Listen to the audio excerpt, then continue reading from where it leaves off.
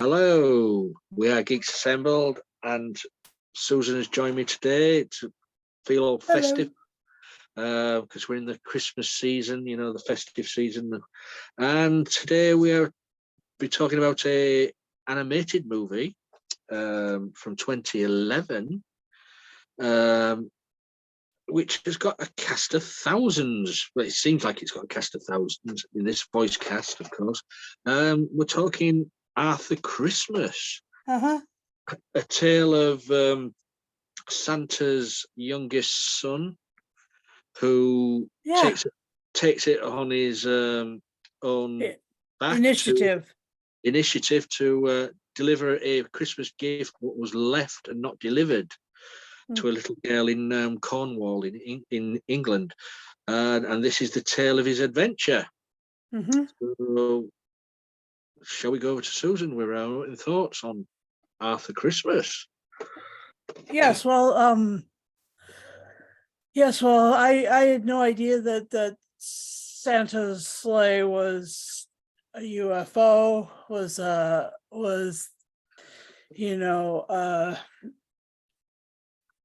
after like 100 years ago, was actually transformed into some sort of monumental delivery thing, like even more highly technological than Amazon or Walmart or really any intermodal freight company. It's just ginormous. It's like, and the elves seem to be, amazing. It's just a lot of really incredible talent and strength those little guys have, and but they are pretty much interchangeable. Both of these movies that we watched this weekend really don't have a lot of individualized differentiated self directed elves. All of these elves are sort of, cut from the same cloth, as it were. And I really like the whole dreamy feel of the North Pole. But I've always felt that about the North Pole. And I always felt that way about the North Pole when I thought that all the little toys that they made were like old school, like they were doing it the way, Terror of the Autons or even Spirit from Space, these little dolls, all of that. They have a real factory feel, but tinkers and hammers and bright lights, but soft seating and comfortable chairs, and they're all in there with their little binocular goggles on, focused in on their work. And that's what I always thought of elves, is like these. I didn't necessarily focus in on their ears, but a lot of, ever since the Lord of the Rings, ever since J.R.R. Tolkien's development of these elves, a lot of people focused in on their ears. It's like the fascination with elves is kind of akin, or the other side of our fascination with Vulcans. Anyway, so we've got the pointy ear thing has become sort of an important feature. I mean, even when people were used to be drawing elves in our D&D games, we really never had people focused in on the pointy ears. Link from that Zelda game, that guy may have also had something to do with the pointy ear thing. And you can always blame Yoda, but Yoda was Yoda was a different, Yoda was an alien. So but anyway, so I really think that their individuation, as you can see here on this image, it is the big Santa characters. That's Grandpa Santa. That's the younger Santa, the one that this Santa thinks that is going to become him. And this one's name is Colin, I think. Anyway, what was it? Was it Colin? You've got Arthur Claus, you've got Stephen, you've got Malcolm.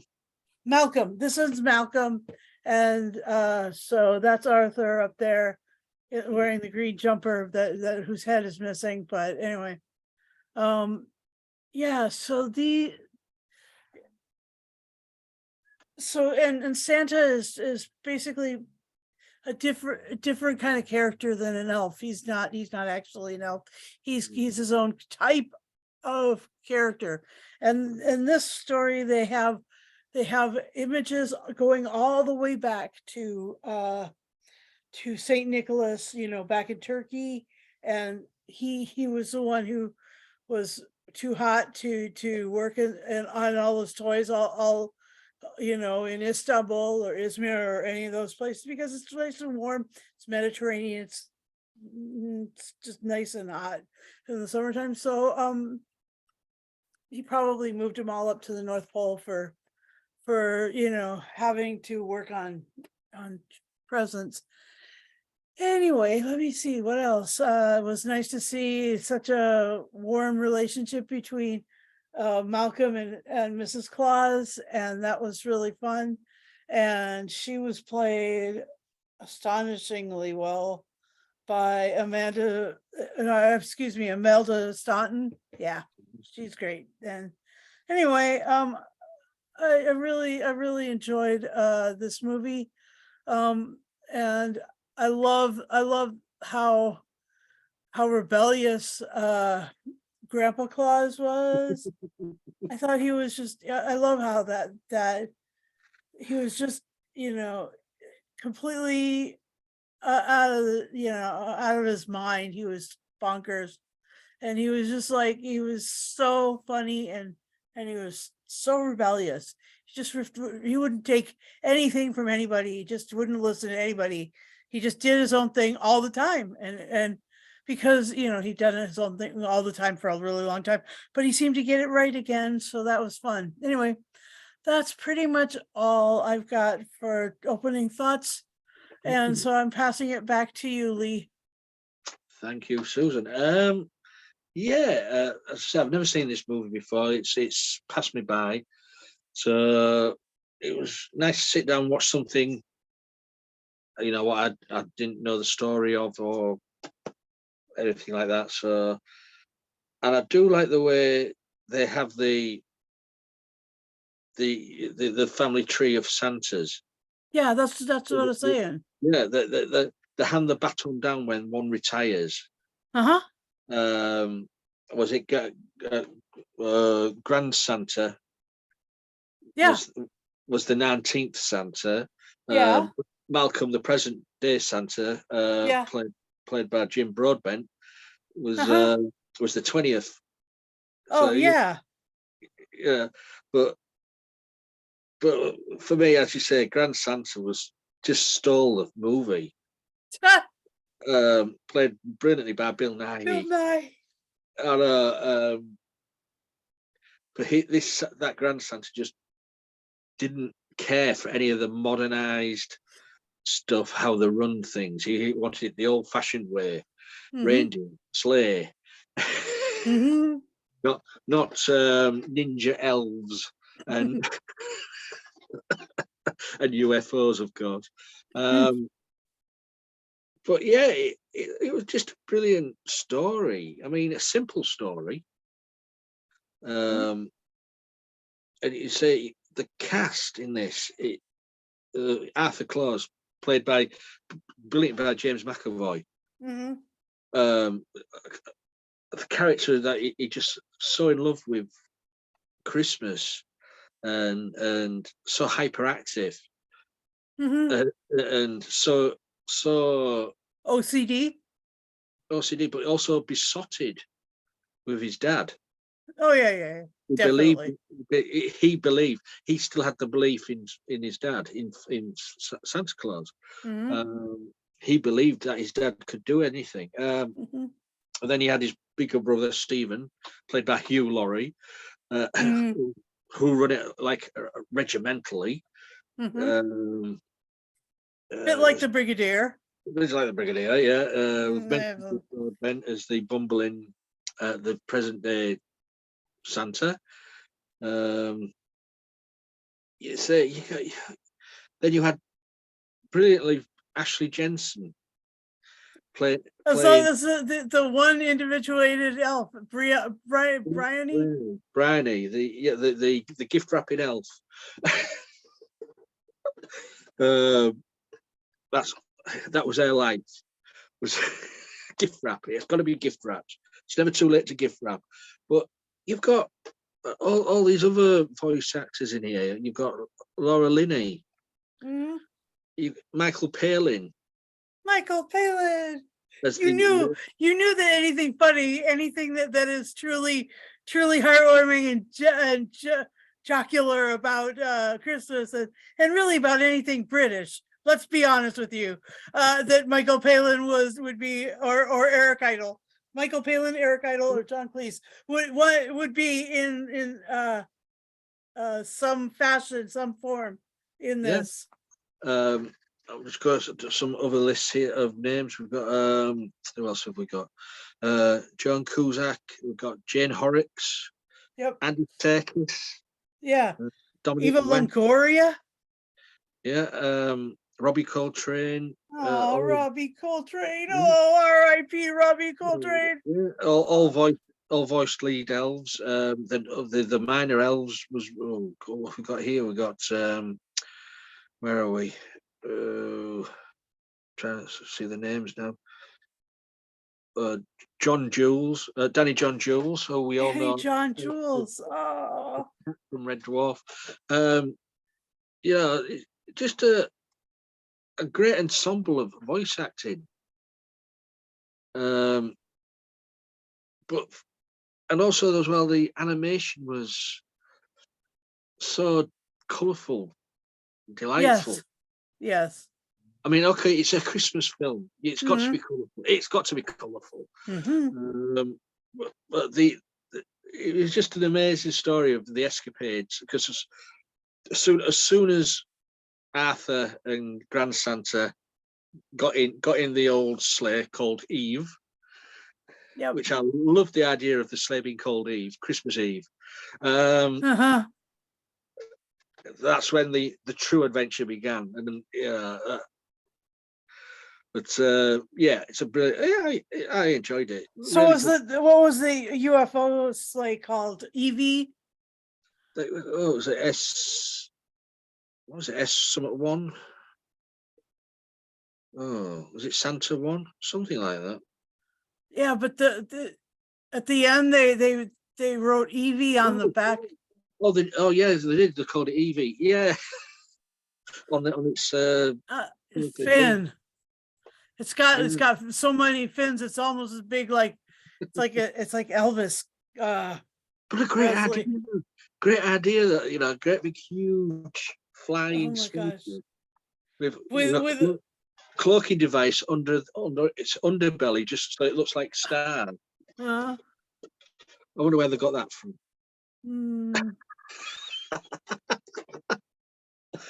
So yeah, just a fun movie, a fun movie for all the family. Very. So, any moments what stand out for you? Oh my gosh, like so many moments, like as they're trying to land the sleigh, and the reindeer have all scampered off, and there's one left, and they hook him to it. That was great. And then Grandsanta, kind of jumping out of bed the way the characters in Charlie and the Chocolate Factory. I mean, they got that Roald Dahl feel with him and stuff. Like he like everybody thought he was out to pasture, but he was raring to go again. And yeah, it was just like when Santa got back and they discovered that that girl hadn't gotten her gift of the bicycle, and they went looking for this particular little village in England, and they ended up in Mexico Twice. Yes, it's funny. Like there was like the same kind of village in Mexico. That was great. And the girl had already that girl had already received a bicycle. The all wrapped in red. So I mean, she had received the same thing. And the fact that there's one kid in this one city in England, or one village in England and one village in Mexico, that are kind of named the same, and then they both were receiving bicycles. That was also fun and cool. And let's see, when they're finally delivering the bicycle and stuff to the right person. First of all, Arthur had to ride the bicycle and ski it across and ski it down and put it in there, and what's her name? Bryony was just rapping as you go. Yeah. That was great. And then the sleigh comes in and hovers, and the bottom turns into stars in order to block out the light so that she doesn't think that it's Christmas morning yet. And she's just, yeah, that was, I mean, it was so clever. It was such a sweet, there were so many sweet scenes like that. Yeah, I mean, where Grandsanta goes wrong with, with the sleigh, but also taking Arthur to Australia first. What was England? Where else is it? Was it not Australia, or was it Africa? Yeah, it was definitely in Africa, where the lions and the elephants. Yeah. And he put he was convinced it was England, but it wasn't. But then but he put the fairy dust out, and then not only were all the reindeer, there was lions, elephants, zebras. Oh, anyway, but yeah, and it's so funny. But it was all that was because Grandsanta wanted to prove that he wasn't past it. Mm-hmm. Maybe he wasn't all there up in the head, but mm-hmm. but yeah. And then when the scene where they do get to the house with the bike, as you say, there was all the Santas there fighting over who puts it under the tree. And then that was adorable. Then they had to all hide in the cupboard. But, yeah, it's a brilliant movie. Just topped off with so much great talent. Yeah. Anything and the else? Music was great. Yeah. Great soundtrack. Just made you feel all Christmassy. Yeah. It was a film about family, the Santa family, mm-hmm. and a film about belief, mm-hmm. which Christmas is all about, really. Yeah, you got to believe. Because if you can believe in Santa, mm-hmm. then believing in a little baby king, like in Israel, mm-hmm. is a hell of a lot easier if you can believe in Santa Claus. Oh yeah. If you can get your mind around one thing, it's easier to get your mind around a lot of other stuff that seems like way out there. Anyway, yeah. Wow. It was also when they was trying to steal the ornamental reindeer off the sand. Oh. And the guy comes out, sees it all, thinks he's seen a UFO and aliens. It's all over the news. The armed forces are they're ready to blast them out of the sky. Yep. But he didn't need the ornamental reindeer. Yeah, he didn't need it, but it was great that they included that, because that, you got to have a little bit of like heist mischief in the midst of one of these great adventures, right? Yeah, well, yep. you even got them deserted on a desert island. Yep. Then lost in the middle of the ocean. 3,000 miles away. Keep rowing. You're gonna make it before 7 o'clock in the morning. Yep. But yeah, great comedy. It was this Aardman Productions, DreamWorks.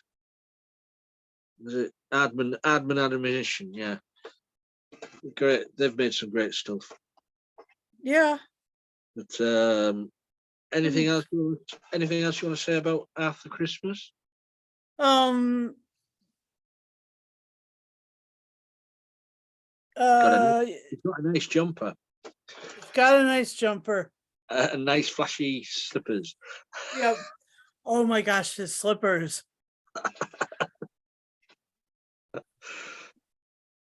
And I liked all the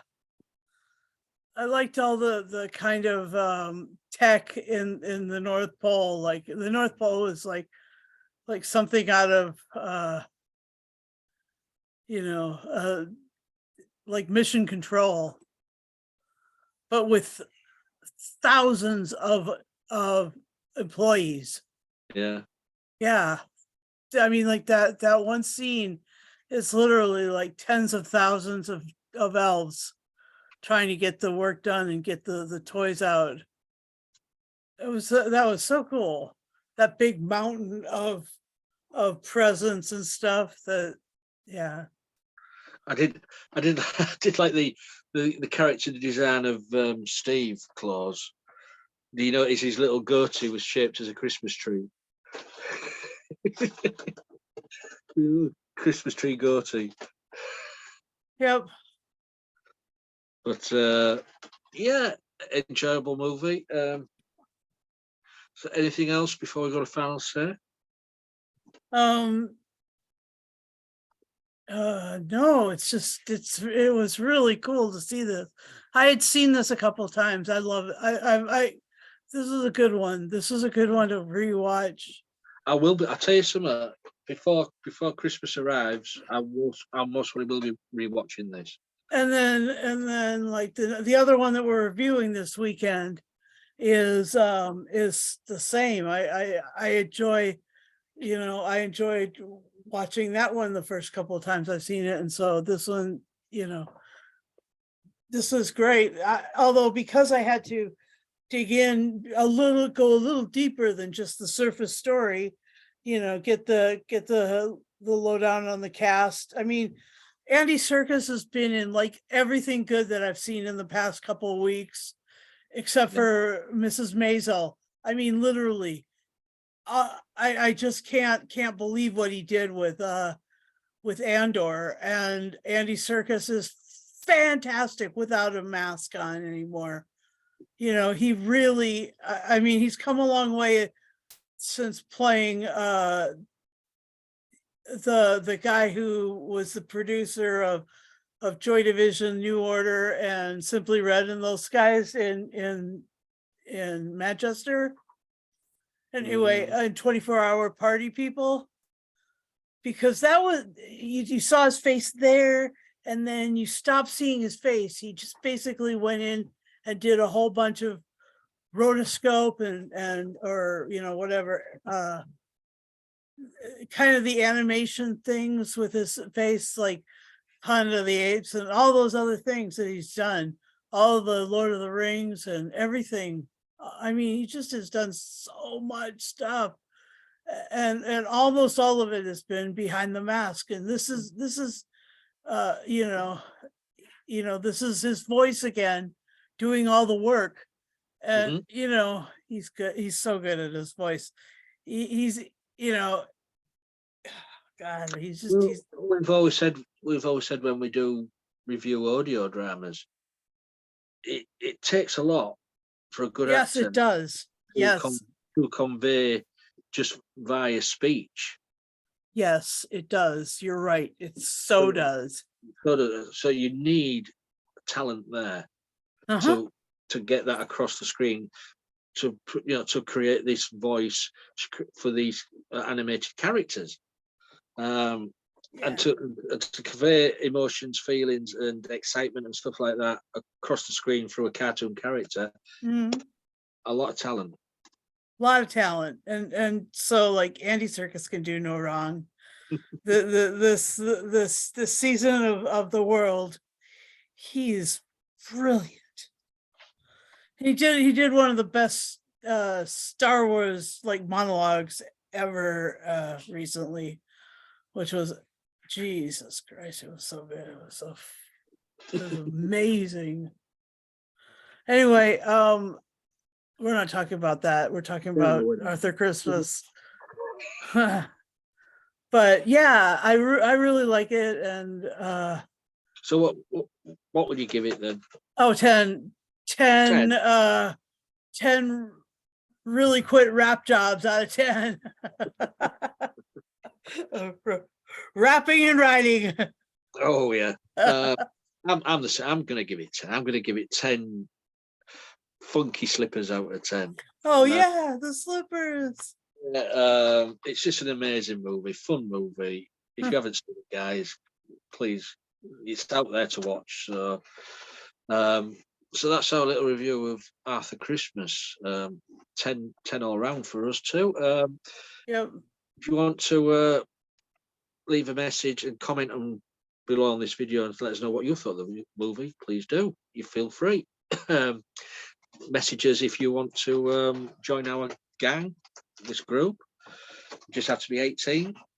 You need a laptop maybe, or a tablet, or a PC, or even a mobile phone with a camera and a microphone, and you're in. And that's it really. Also on the YouTube channel, if you want to be notified every time I put a video, please press the bell notification button. Ding ding. Ding ding ding ding, of course. And I think that's it, isn't it, Susan? Yeah. So until next time, please be safe, enjoy the festive season, whatever religion you are, because it's just a season of goodwill to all men, women, persons, whatever you want to call yourselves. Right. It's goodwill to all. So please take care, and we'll see you on the next video. Bye for now.